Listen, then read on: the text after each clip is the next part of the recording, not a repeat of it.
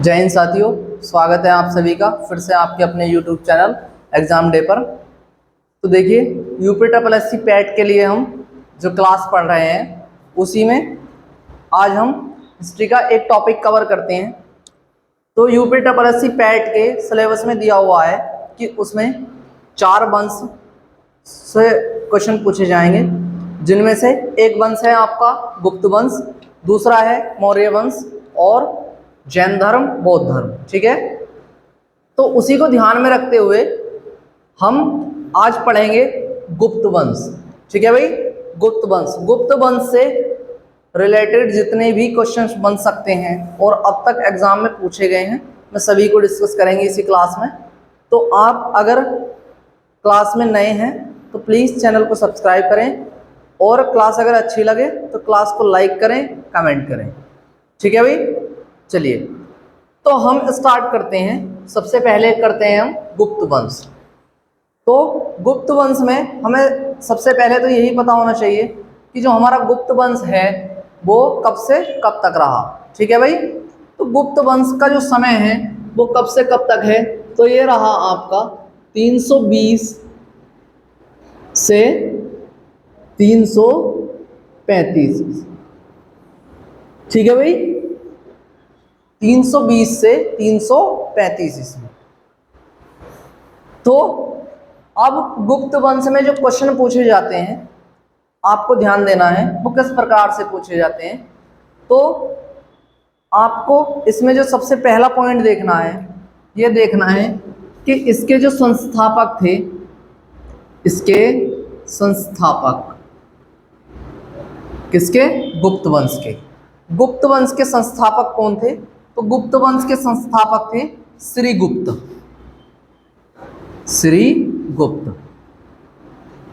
श्रीगुप्त ने क्या किया कि जो सातवाहन वंश था, गुप्त वंश से पहले कौन सा वंश था आपका? सातवाहन वंश।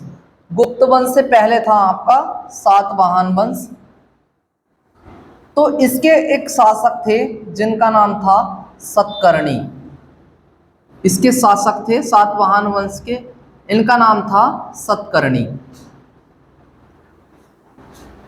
तो श्रीगुप्त ने क्या किया कि सातवाहन वंश के शासक सतकर्णी को किसने? श्रीगुप्त ने पराजित किया इन्हें, और नींव रखी किसकी? गुप्त वंश की। ठीक है भाई, पूरे वंश को हम पढ़ेंगे एक ही क्लास में, तो आप बने रहें मेरे साथ। एक एक पॉइंट इंपॉर्टेंट है तो ध्यान देंगे। तो सतकर्णी को जब इन्होंने पराजित किया और किसकी नींव रखी? गुप्त वंश की। किसने? श्रीगुप्त ने। अब नेक्स्ट पॉइंट देखना है आपको कि जो गुप्त वंश के शासक थे, गुप्त शासकों की जो दरबारी भाषा थी, गुप्त शासकों की दरबारी भाषा, जो गुप्त शासन था उसकी जो दरबारी भाषा थी वो क्या थी? तो वो थी आपकी संस्कृत। अपने एग्जाम से पहले आपको क्या करना है, अगर आप नोट्स नहीं भी बनाते तो मैं एक एक क्लास, एक एक जो वंश है उसकी आपको मिल जाएगी हमारे चैनल पर। तो आप क्लास को 2 से 3 या 3 से 4 बार जरूर देखें, जिससे कि आपके सारे पॉइंट क्लियर हो जाएं। ठीक है, चलिए भाई, तो इनकी जो दरबारी भाषा थी गुप्त शासकों की वो क्या थी? वो थी संस्कृत।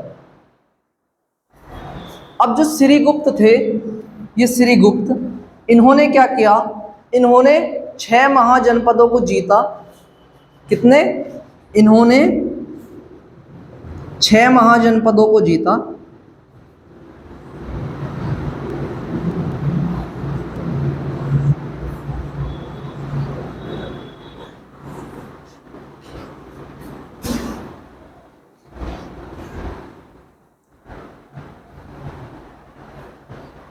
ठीक है, तो अगर आपसे पूछ ले कि गुप्त वंश में ऐसे कौन शासक थे जिन्होंने 6 महाजनपदों को जीता तो उनका नाम था श्रीगुप्त।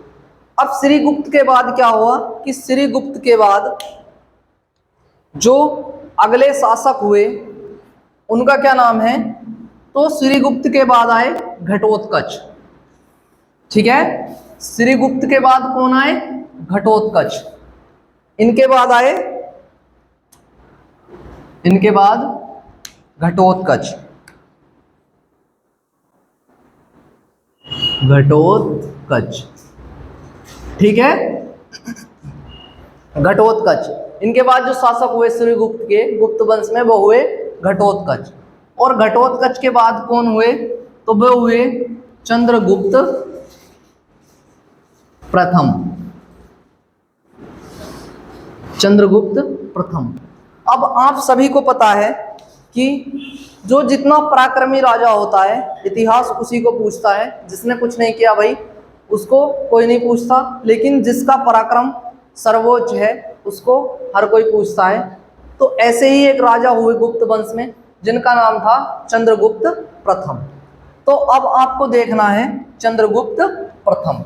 श्रीगुप्त ने क्या किया था, इनकी इसके संस्थापक थे गुप्त वंश के। अब जो नेक्स्ट राजा हैं उनका नाम है चंद्रगुप्त प्रथम। ठीक है, चंद्रगुप्त प्रथम। तो चंद्रगुप्त प्रथम ने क्या किया, तो इन्होंने गुप्त संवत, आप पढ़ते हैं इतिहास में गुप्त संवत की नींव रखी। इन्होंने गुप्त संवत की नींव रखी। ठीक है, नेक्स्ट इसमें आपको क्या देखना है कि चंद्रगुप्त प्रथम को महाराजा धीराज कहा जाता था। गुप्त वंश में अगर आपसे पूछ ले कि किस शासक को महाराजा धीराज की उपाधि दी गई, तो चंद्रगुप्त प्रथम को इन्हें महाराजा धीराज की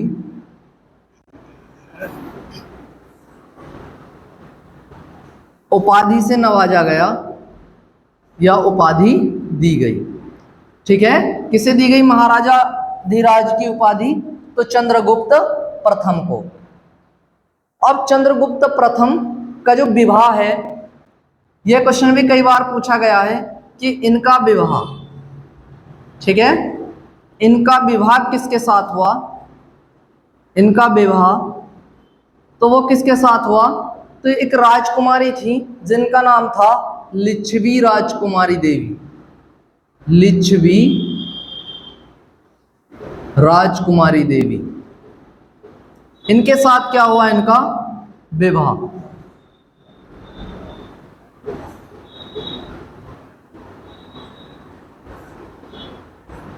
तो ध्यान रखना है आपको कि इनका जो विवाह हुआ वो किसके साथ हुआ, लिच्छवी राजकुमारी देवी के। मैंने इस क्लास में उन्हीं पॉइंटों को डिस्कस करूंगा जो एग्जाम की दृष्टि से महत्वपूर्ण है और क्वेश्चन ज़्यादातर पूछे जाते हैं। तो देखिए, चंद्रगुप्त प्रथम में आपने देखा कि इन्होंने गुप्त संवत की नींव रखी। इन्हें क्या कहा गया, तो इन्हें महाराजा धीराज की उपाधि दी गई। और जो थर्ड पॉइंट आपने पढ़ा कि इनका जो विवाह है वो किसके साथ हुआ, उनका क्या नाम था, तो उनका नाम था लिच्छवी राजकुमारी देवी। अब इनके बाद इनका एक पुत्र था जिसका नाम था समुद्रगुप्त। तो इसी में नोट करना है कि इनके पुत्र का नाम क्या था, समुद्रगुप्त।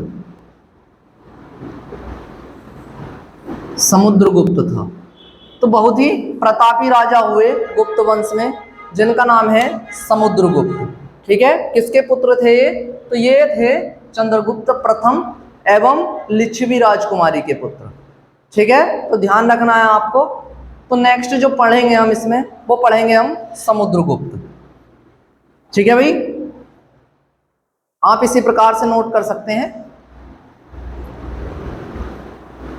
क्लास को 2 से 3 बार आप देखेंगे तो आपको सब कुछ याद हो जाएगा। तो नेक्स्ट जो शासक आए उनका क्या नाम है गुप्त वंश में? उनका नाम है समुद्रगुप्त। समुद्रगुप्त।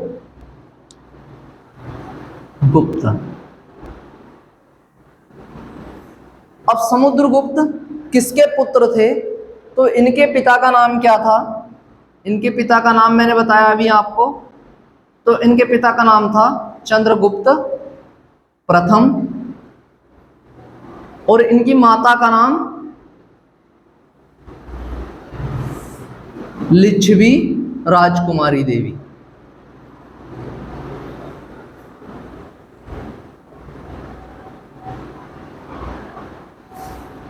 ध्यान रखना है आपको कि समुद्रगुप्त के जो पिता थे उनका नाम था चंद्रगुप्त प्रथम और इनकी माता का नाम था लिच्छवी राजकुमारी देवी।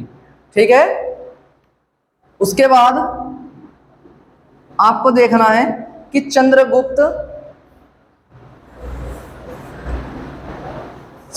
समुद्रगुप्त को क्या हुआ, एक उपाधि दी गई।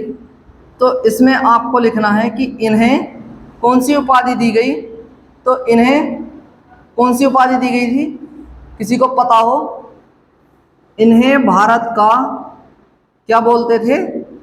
नेपोलियन। भारत का नेपोलियन कहा जाता था, कहा जाता है।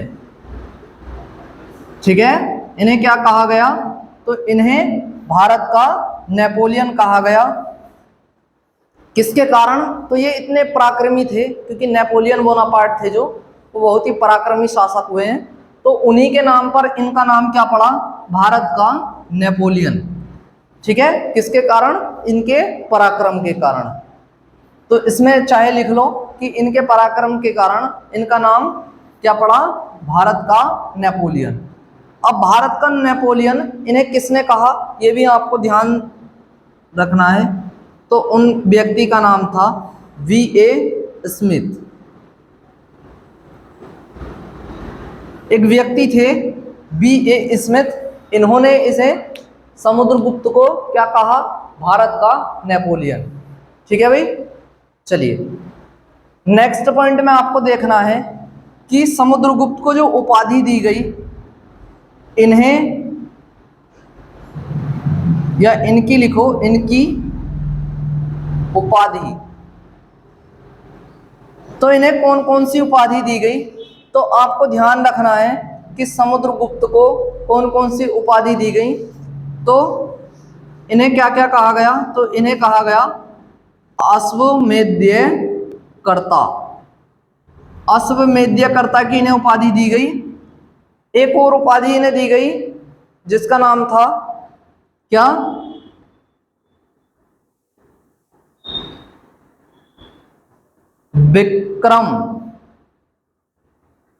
विक्रमंक। ठीक है, विक्रमक। और विक्रमक के बाद एक और उपाधि इन्हें दी गई थी, आपको ध्यान रखना है, जिसका नाम था परम भागवत। परम भागवत। परम भागवत। तो मैंने इनकी तीनों उपाधियां लिखवा दी जिससे कि क्वेश्चन पूछे तो आप कंफ्यूज ना हो। इन्हें समुद्रगुप्त को जो उपाधि दी गई, पहली उपाधि का नाम अश्वमेध्यकर्ता, दूसरी थी विक्रमक और तीसरी थी परम भागवत। ठीक है भाई। चलिए इसके बाद क्या हुआ कि समुद्रगुप्त के बाद जो नेक्स्ट शासक हुए उनका नाम था चंद्रगुप्त द्वितीय। इनके बाद कौन आए? तो इनके बाद चंद्रगुप्त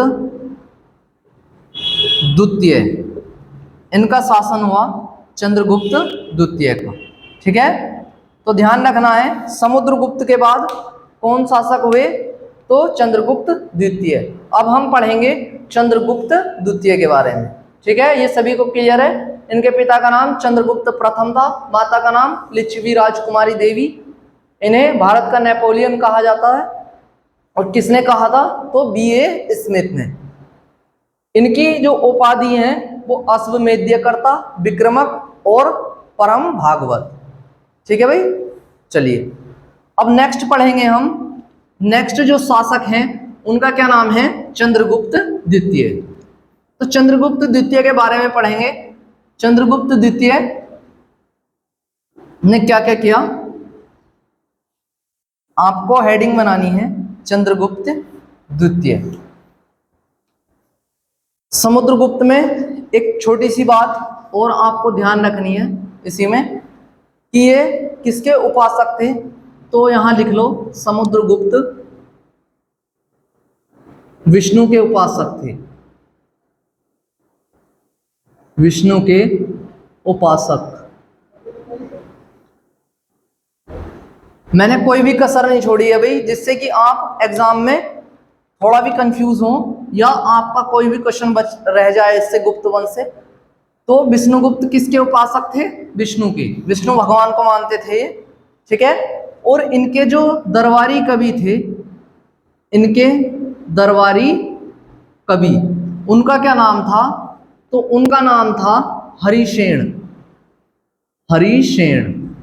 तो अगर आपसे पूछ ले कि हरिसेन किसके दरबारी कवि थे, तो समुद्रगुप्त के। ठीक है, चलिए इसके बाद देखना है हमें चंद्रगुप्त द्वितीय। अब चंद्रगुप्त द्वितीय के बारे में नोट करेंगे हम।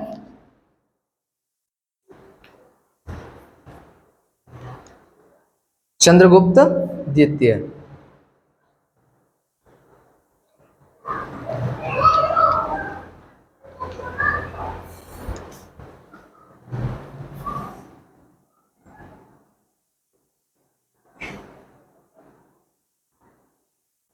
इस तरह से लिख लो, चंद्रगुप्त द्वितीय।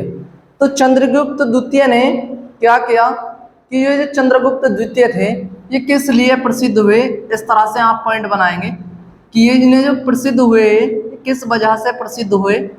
तो ऐसी क्या वजह थी जिससे कि चंद्रगुप्त प्रसिद्ध हुए? तो शकों पर विजय के पश्चात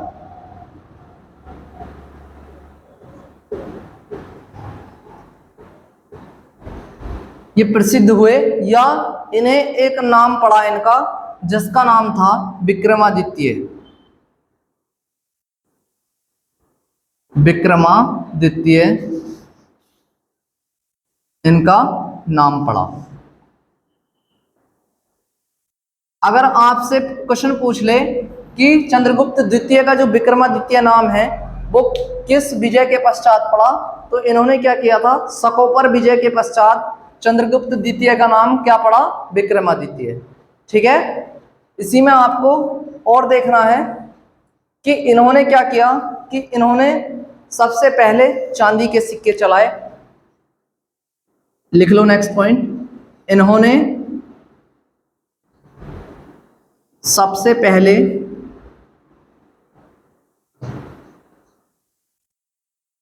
चांदी के सिक्कों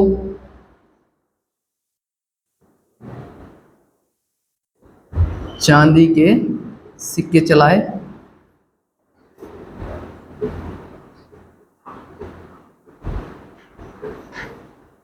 तो अगर आपसे पूछता है प्रश्न कि गुप्त वंश में चांदी के सिक्के चलाने वाला सबसे पहला शासक कौन था, तो वो थे चंद्रगुप्त द्वितीय। ठीक है, चलिए नेक्स्ट पॉइंट देखना है आपको कि इन्होंने और क्या किया। तो आपने फाहियान का नाम सुना होगा, एक चीनी यात्री आए थे जिनका नाम था फाहियान। तो इसी में लिखना है आपको फाहियान चीनी यात्री इन्हीं के समय में आया। ठीक है भाई, तो फाहियान किसके समय में आया था, तो बताओ? तो वो आया था चंद्रगुप्त द्वितीय के काल में। ठीक है, आपको ध्यान देना है कि जो फाहियान चीनी यात्री आए थे वो किसके काल में आए थे, तो वो आए थे चंद्रगुप्त द्वितीय के काल में। ठीक है, चलिए नेक्स्ट आपको देखना है कि इस शासक, ये जो शासक हैं चंद्रगुप्त द्वितीय, ये गुप्त वंश के सबसे महत्वपूर्ण शासक हैं। तो इनके दरबार में नवरत्न थे।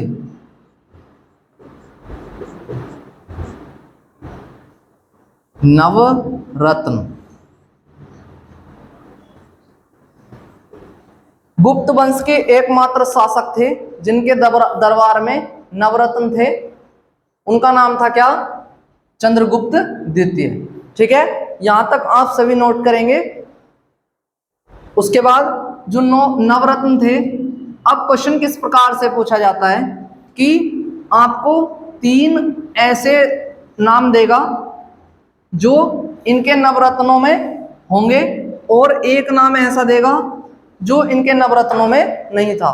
ठीक है, तो आपको कंफ्यूज नहीं होना है। इनके जो 9 रत्न थे, इनके 9 रत्न वो मैं आपको लिखवा रहा हूं, तो आपको ध्यान रखना है क्योंकि 9 नाम याद रख करना भाई कोई बड़ी बात नहीं है अगर 1 नंबर मिल रहा है तो नवरत्न कौन कौन थे वो नवरत्न? तो सबसे पहले थे आपके कालिदास। ठीक है, कालिदास सबसे पहला नाम आता है आपका कालिदास का। ठीक है, कालिदास के बाद जो दूसरे थे उनका नाम था छप्पक। छप्पक के बाद आए कौन? धन्वंतरी। धन्वंतरी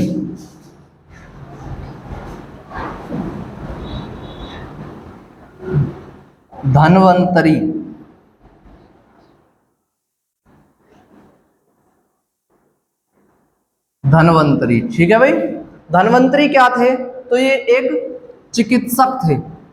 ये भी आपको ध्यान रखना है कि ये क्या थे? एक चिकित्सक थे धन्वंतरी। और किसके नवरत्नों में थे ये? तो चंद्रगुप्त द्वितीय के। जो 4th नाम है आपका, वो जो 4th नवरत्न थे उनका नाम था अमर सिंह। अमर सिंह। अमर सिंह के बाद जो 5वें व्यक्ति थे उनका नाम था शंकु। शंकु। शंकु के बाद जो 6ठे थे उनका नाम था वेताल भट्ट। उनका नाम क्या था? वेताल भट्ट। वेताल भट्ट। तो ध्यान रखना है आपको, ये 9 नाम आपको ध्यान रखने हैं। वेताल भट्ट के बाद जो 7वें आए उनका नाम था घटकरपर। घटकरपर। ठीक है, घटकरपर थे 7वें नवरत्न। और घटकरपर के बाद 8वें व्यक्ति थे, उनका नाम था वराहमिहिर। वराहमिहिर। ठीक है भाई, वराहमिहिर। वराहमिहिर के बाद जो 9वें थे उनका सबसे बाद में आए, उनका नाम था वरुचि। अब इसमें जो क्वेश्चन पूछा गया है वो इस प्रकार से, जैसे मैंने बताया कि धन्वंतरी का जो विभाग था वो कौन सा था? तो वो थे चिकित्सा। ठीक है, धन्वंतरी सुनते ही आपको चिकित्सा का ध्यान आ जाना चाहिए। नेक्स्ट क्वेश्चन जो पूछा गया वो पूछा गया वराहमिहिर से। तो वराहमिहिर कौन थे? तो वराहमिहिर थे खगोल वैज्ञानिक। खगोल वैज्ञानिक। खगोल विज्ञानी। ठीक है भाई, तो वराहमिहिर थे खगोल विज्ञानी। ध्यान रखना है आपको कि चंद्रगुप्त द्वितीय के 9 रत्न थे कालिदास, छप्पक, धन्वंतरी, अमर सिंह, शंकु, बेताल भट्ट, घटकरपर, वराहमिहिर और वरुचि। ठीक है, वराहमिहिर क्या थे? खगोल विज्ञानी थे। और जो धन्वंतरी थे वो क्या थे? चिकित्सक। ठीक है, चलिए कालिदास की रचना भी लिख लो, इसी में 1-2 रचनाएं। इनकी रचना तो इनकी रचना थी मेघदूतम है, मेघदूतम। मेघदूतम के बाद और लिख लो, एक और रचना है इनकी, कुमार संभवम, कुमार संभव। ठीक है, कुमार संभव। अब नेक्स्ट आपको देखना है कि और क्या था इसमें। तो चंद्रगुप्त द्वितीय के दरबार में एक व्यक्ति थे जिनका नाम था आर्यभट्ट। आर्यभट्ट, आर्यभट्ट क्या थे इसमें, तो इन नवरत्नों से अलग थे। और ये क्या थे, तो ये एक विशेष गणितज्ञ थे। ठीक है, क्या थे ये, गणितज्ञ। ठीक है, आर्यभट्ट के बाद ये विशेष व्यक्ति हैं, इन नवरत्नों से अलग हैं ये आर्यभट्ट। आर्यभट्ट के बाद एक और व्यक्ति थे जिनका नाम था विष्णु शर्मा। विष्णु शर्मा, जिनकी पुस्तक शायद आपने पढ़ी भी हो, जिसका नाम है पंचतंत्र। पंचतंत्र, पंचतंत्र ये किस लिए प्रसिद्ध है विष्णु शर्मा, तो इन्हीं के काल में थे चंद्रगुप्त द्वितीय के। और इन्होंने क्या किया कि इन्होंने पंचतंत्र की रचना की। और संसार का सबसे प्रचलित ग्रंथ, संसार का सबसे प्रचलित ग्रंथ किसको माना जाता है, संसार का सबसे प्रचलित, संसार का सबसे प्रचलित ग्रंथ किसको माना जाता है, तो उसका नाम है पंचतंत्र। आपको इस तरह से भी क्वेश्चन याद रखना है कि संसार का सबसे प्रचलित ग्रंथ, तो क्या नाम है उसका, पंचतंत्र। और किसके द्वारा लिखा गया, विष्णु शर्मा के। अगर इससे भी डीपली पढ़ना है तो विष्णु शर्मा किसके दरबारी में थे, तो वो किसके, चंद्रगुप्त द्वितीय के दरबार में। ठीक है भाई, चलिए। चंद्रगुप्त द्वितीय का जो शासन काल है वो भारतीय इतिहास का स्वर्ण काल माना जाता है। मैंने बताया कि बहुत ही गुप्त काल के सबसे महत्वपूर्ण राजा हुए हैं ये। ठीक है, तो इनके काल को क्या कहा गया, तो इनके काल को, इनके काल को हिंदी, इनके काल को हिंदी, सॉरी भारतीय इतिहास, भारतीय इतिहास लिखो, भारतीय इतिहास का, क्योंकि हिंदी का तो अलग हो जाएगा, वो तो भक्ति काल हो जाएगा। भारतीय इतिहास का स्वर्ण काल,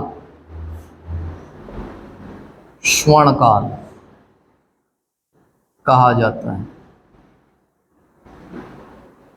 तो चंद्रगुप्त द्वितीय के का जो काल रहा उसको भारतीय इतिहास का क्या कहा जाता है, स्वर्ण काल। और किस वंश की बात है, तो गुप्त वंश की। ठीक है भाई, चलिए नेक्स्ट आपको देखना है कि गुप्त काल की जो प्रसिद्ध महिला थी उनका क्या नाम था। तो इसमें एक बहुत ही प्रसिद्ध महिला हुई, इसमें गुप्त वंश में। तो गुप्त वंश की प्रसिद्ध महिला का क्या नाम है, इस वंश की प्रसिद्ध महिला, तो इनका नाम था प्रभावती, प्रभावती गुप्त। इनका नाम था प्रभावती गुप्त। तो आपको इसी प्रकार से नोट करना है कि गुप्त वंश की प्रसिद्ध महिला का क्या नाम है, प्रभावती गुप्त। अब ये जो प्रभावती गुप्त थी ये क्या थी, तो ये चंद्रगुप्त द्वितीय की क्या थी, पुत्री। ठीक है, तो किसकी पुत्री थी ये, किसकी पुत्री थी, चंद्रगुप्त द्वितीय की क्या थी, पुत्री। और इनका जो विवाह हुआ था, इनका विवाह किसके साथ हुआ था, तो इनका विवाह हुआ था प्रभावती गुप्त का, वो हुआ था वाकाटक वंश के एक शासक थे जिनका नाम था रुद्रसेन। ठीक है, तो इनका जो विवाह हुआ था वो किसके साथ हुआ, रुद्रसेन के, रुद्रसेन के। और ये किस वंश के थे, तो वाकाटक वंश के एक शासक थे जिनका नाम था रुद्रसेन। किसके साथ हुआ इनका विवाह रुद्रसेन का? प्रभावती गुप्त के साथ। और प्रभावती किसकी पुत्री थी? चंद्रगुप्त द्वितीय की। गुप्त वंश की सबसे प्रसिद्ध महिला थी, ठीक है। तो आपको ये सब नोट करना है और एक एक क्वेश्चन भाई मैंने छांट के लिया है बिल्कुल, और जो एग्जाम की दृष्टि से महत्वपूर्ण है। चलिए नेक्स्ट देखते हैं अब हम, या फिर आप इसका स्क्रीनशॉट ले सकते हैं। जिसे नोट नहीं करना भाई वो स्क्रीनशॉट ले सकते हैं, ठीक है भाई। तो अब जो नेक्स्ट है चंद्रगुप्त द्वितीय के बाद जो नेक्स्ट शासक हैं उनका क्या नाम है? तो उनका नाम है कुमारगुप्त। कुमारगुप्त। इन्होंने ज्यादा कुछ किया नहीं, तो इनके बारे में ज्यादा पढ़ेंगे भी नहीं, और ना ही इनसे ज्यादातर क्वेश्चन पूछे जाते हैं। जहां से क्वेश्चन पूछे जाते हैं मैं उसी के बारे में आपको एक एक फैक्ट को क्लियर करा रहा हूं। तो इनके बाद हमें एक और शासक पढ़ने हैं जिनका नाम है क्या? स्कंदगुप्त, ठीक है। और गुप्त वंश से जो क्वेश्चन पूछे जाते हैं वो यहीं तक सीमित है भाई। तो कुमारगुप्त ने क्या किया? तो इन्होंने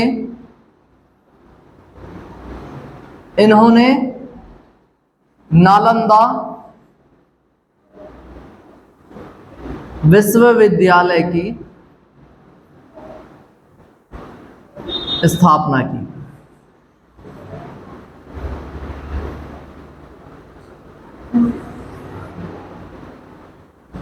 ठीक है।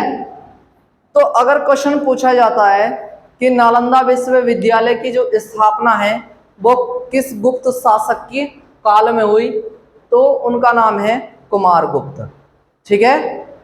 नेक्स्ट पढ़ेंगे हम स्कंदगुप्त। इनके बाद जो आए उनका नाम था स्कंदगुप्त, ठीक है भाई। स्कंदगुप्त के बारे में हम पढ़ेंगे।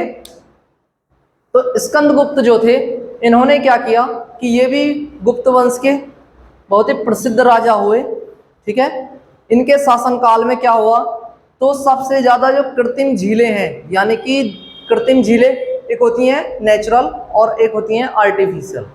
नेचुरल जो प्राकृतिक हैं, यानी कि जो प्रकृति के द्वारा जिनका निर्माण हुआ, उन झीलों को क्या बोले जाता है? तो उनको बोलते हैं प्राकृतिक झीलें। और ऐसी झीलें जिनका निर्माण मानव के द्वारा हुआ, उन झीलों को क्या बोलते हैं हम?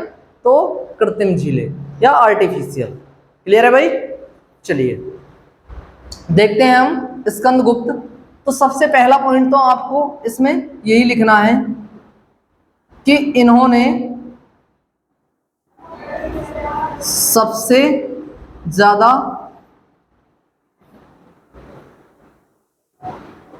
कृत्रिम झीलों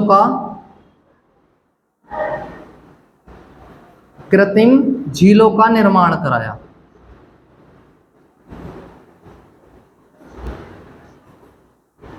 तो सबसे ज्यादा जो कृत्रिम झीलों का निर्माण हुआ वह किस शासक के काल में हुआ गुप्त वंश में?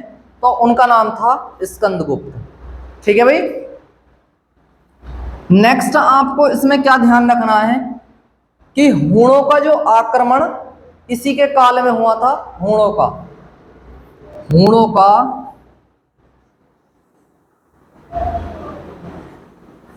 आक्रमण इन्हीं के काल में हो। तो क्वेश्चन आपसे इस प्रकार से नहीं पूछता कि हूणों का आक्रमण किस काल में हुआ, तो इस प्रकार से पूछेगा कि जब हूणों का आक्रमण हुआ उस समय गुप्त वंश के किस राजा का शासन था, या उस समय गुप्त वंश के शासक कौन थे, ठीक है। तो आपको आंसर देना है कि जब हूणों का आक्रमण हुआ उस समय पर जो शासक थे उनका नाम था स्कंदगुप्त। स्कंदगुप्त के समय में हूणों का आक्रमण हुआ, ठीक है। नेक्स्ट क्वेश्चन आपको देखना है इसमें कि अजंता, नेक्स्ट पॉइंट है कि अजंता कलाकृतियां गुप्त काल से संबंधित हैं, ठीक है। कौन सी? अजंता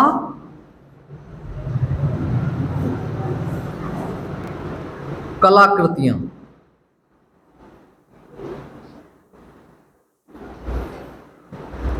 गुप्त काल से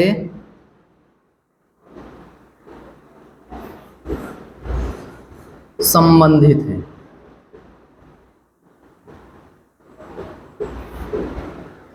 अजंता कलाकृतियां किससे? गुप्त काल से संबंधित हैं।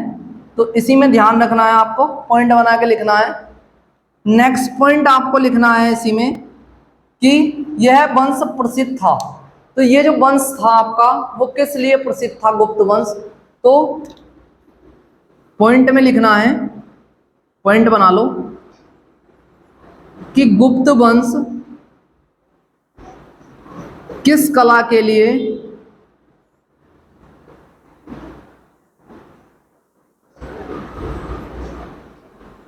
प्रसिद्ध था। तो बताओ, अगर किसी को पता है कि गुप्त वंश किस कला के लिए प्रसिद्ध था तो बताओ वो किस कला के लिए प्रसिद्ध था। तो आपको इसमें लिखना है कि जो गुप्त वंश था आपका वो कला एवं स्थापत्य, ठीक है भाई, कला और स्थापत्य के लिए प्रसिद्ध था। ये कौन सा वंश? गुप्त वंश। क्लियर है सभी को? तो इसमें आपको ध्यान रखना है। और एक और पॉइंट आप नोट कर लो इसमें कि भारतीय संस्कृति का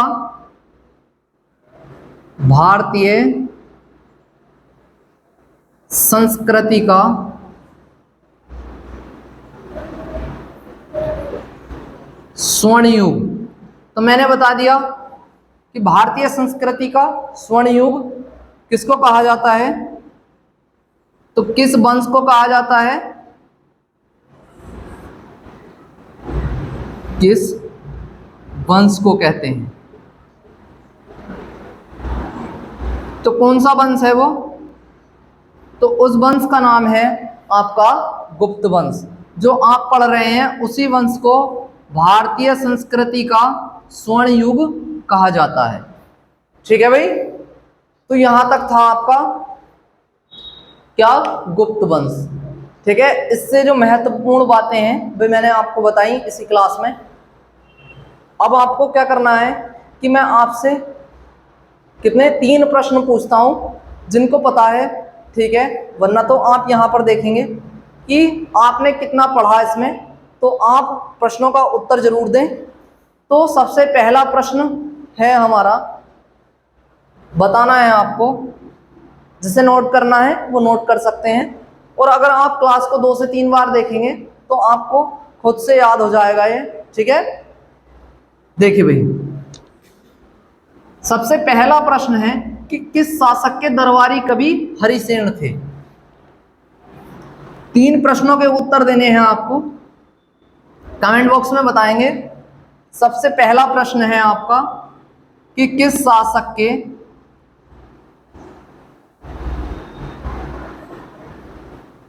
दरबारी कवि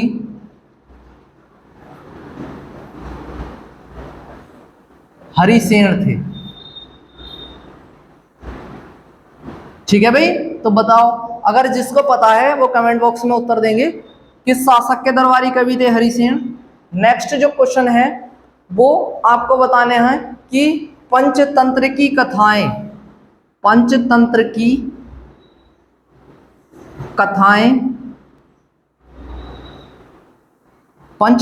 कथाएं किसके द्वारा लिखी गई?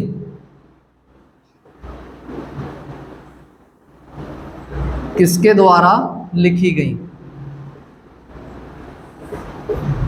तो बताओ कि मैंने बताया था कि पंचतंत्र की जो रचना हुई है वो किसने की, तो बताओ किसने की। और नेक्स्ट क्वेश्चन का आंसर आपको देना है। नेक्स्ट क्वेश्चन है आपका, किसके दरबार में नवरत्न थे? किसके दरबार में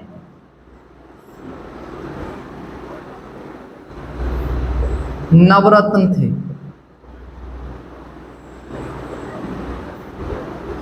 तो जिन्हें पता है भाई वो बताएंगे कमेंट बॉक्स में। आंसर आपको देना है भाई। 2 क्वेश्चन मैं कराऊंगा, एक का आंसर आपको कमेंट बॉक्स में बताना है। किस शासक के दरबारी कवि हरिसेन थे? तो किसके थे? समुद्रगुप्त के। समुद्रगुप्त के दरबारी कवि थे हरिसेन। ठीक है। और नेक्स्ट जो क्वेश्चन है वो है पंचतंत्र की कथाएं किसके द्वारा लिखी गई? तो किसके द्वारा लिखी गई पंचतंत्र की कथाएं? तो उनका नाम मैंने बताया था, उनका नाम है विष्णु शर्मा। एक बात और बताई थी मैंने पंचतंत्र के बारे में।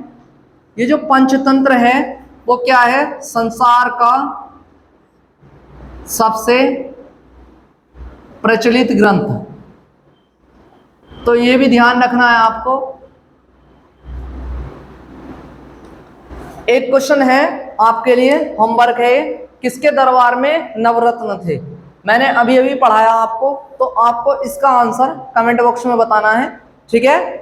और आपने अब तक अगर हमारे चैनल को सब्सक्राइब नहीं किया तो प्लीज चैनल को सब्सक्राइब करें, और क्लास अगर अच्छी लगे तो क्लास को लाइक करें, कमेंट करें। और इससे जो यूपीएससी पैट के लिए जो नेक्स्ट क्लास है, नेक्स्ट धर्म हम पढ़ेंगे कौन सा? तो गुप्त के बाद पढ़ेंगे हम मौर्य वंश। ठीक है। तो नेक्स्ट क्लास में मिलते हैं, उसमें हम पढ़ेंगे मौर्य वंश। तब तक के लिए बने रहिए हमारे चैनल के साथ। ठीक है। और क्लास में फिर से कह रहा हूँ, आप लाइक नहीं करते भाई, तो अगर आपको क्लास अच्छी लगे तो क्लास को लाइक किया करो, बहुत मेहनत लगती है भाई। ठीक है। तो जय हिंद, जय भारत।